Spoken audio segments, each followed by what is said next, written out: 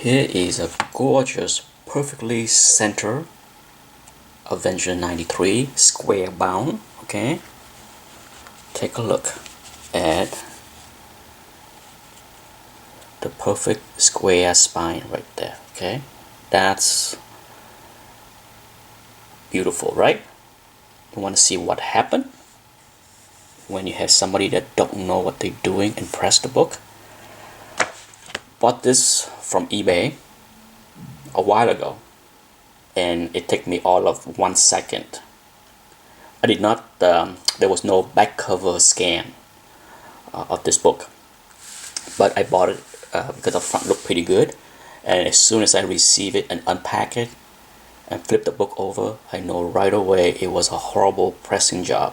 Okay, let me show you an example of what a bad pressing job is. And I could have returned it, but I bought it for cheap, so I decided to keep it, and I'm glad I did, because now I can use it for an example.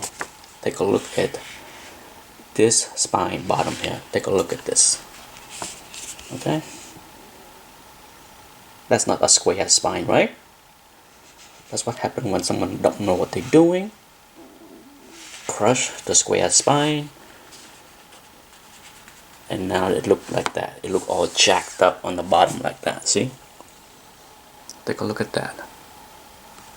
Compared to, if you have a copy of this book, take it out and see for yourself.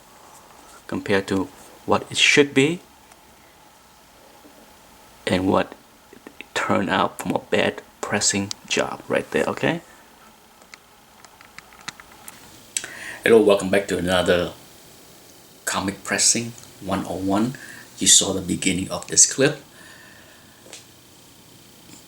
A lot of people over the past maybe 2 years plus, ever since I start to put out videos on before and after, as well as the series that talk about to press or not to press last year,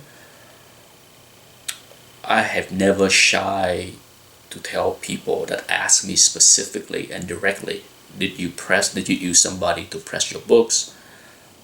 Did you hire someone else to do it? And I always said I press my own stuff. So it's never been a secret for those that read the comments over the past year plus on many of those videos. And quite a few people have asked me for help with pressing. I have answered a lot of questions via email to anyone that asks me specifically. I have never declined to answer any questions.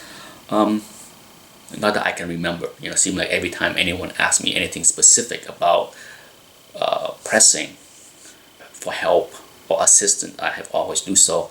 And it's a tough dilemma as far as whether I should do a series on helping people to press books or not.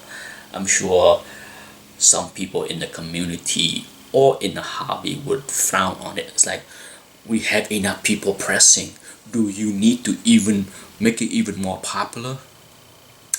Well, the reality is there are more people pressing now than ever compared to 10 years ago when I started to learn the process on my own. You don't have to go far. Just go on Instagram or Facebook or even YouTube to see dozens of people doing it. I'm not the first person to talk about pressing or to try to do a tutorial on pressing. There are other people, other channels. Some channels even charge a fee for you to learn how to press their way. So for me, what I have seen a lot in the last few years, I buy a lot from eBay. Okay, there's no secret. You see me buying stuff from eBay all the time. I talk about it all the time. In fact, eBay is my primary place that I bought books over the past 10 years. And I have received a lot of poorly pressed books. So a big part of my decision to do this series is not to show the nut and bolts of A to Z on how to do this. I'm not going to do that. But what I hope to do is, through many of these videos, I want to bring up topics that can help people do a better job and avoid the mistakes. The mistakes that I see happen all the time with other people that's not doing it right. So the option of not doing a series and just let people screw up more books, is that something that the community or the hobby wants? Or at least do something to help those that are going to press anyway to stop doing the wrong thing, assuming that they watch some of these videos, and to start doing the right thing. Okay, so it's one of those things where, there's no I don't think I can understand how some people would frown on this series and what I'm doing, but at the same time, I'm not making money. I'm not charging anybody anything.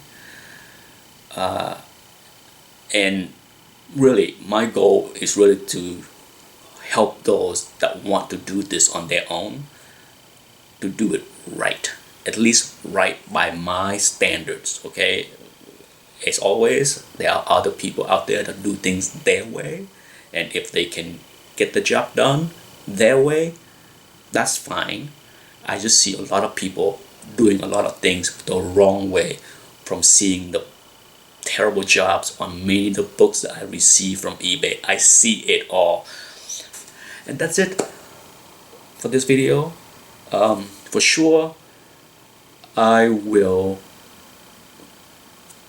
do a separate video to give a better tutorial and advice on how you can press a square bound books without effing it up, okay, like that book.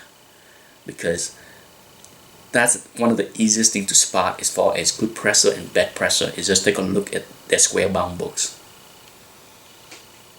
That's not a good example of a good presser right there. And that's it for this video. Thanks for watching. Bye bye.